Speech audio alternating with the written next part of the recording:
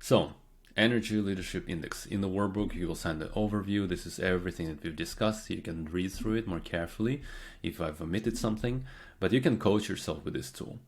This exercise is designed for you to understand where potentially you can be in all these 7 levels of evolution. And the thing is that the mind is very intricate and very interesting.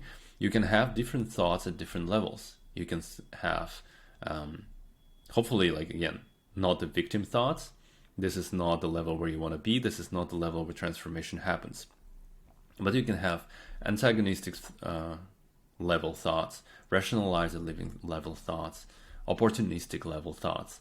But this exercise is designed for you to increase your self-knowledge and understand where's dominant pattern right now, and hopefully to find different pathways. So how can I progress in my personal evolution and move slowly forward, becoming a synergist, becoming person who can see the interconnectedness of this world, and how can I move myself into the state of constant creation, proactive impact, positive impact at a larger scale. So this exercise will raise your self-awareness, it will empower your personal growth, it will improve your communication and relationship, because interestingly enough, as you go through this exercise, you will understand other individuals better, because you will see, oh, interesting, this person in front of me, what is the dominant pattern right now? At what level are they right now?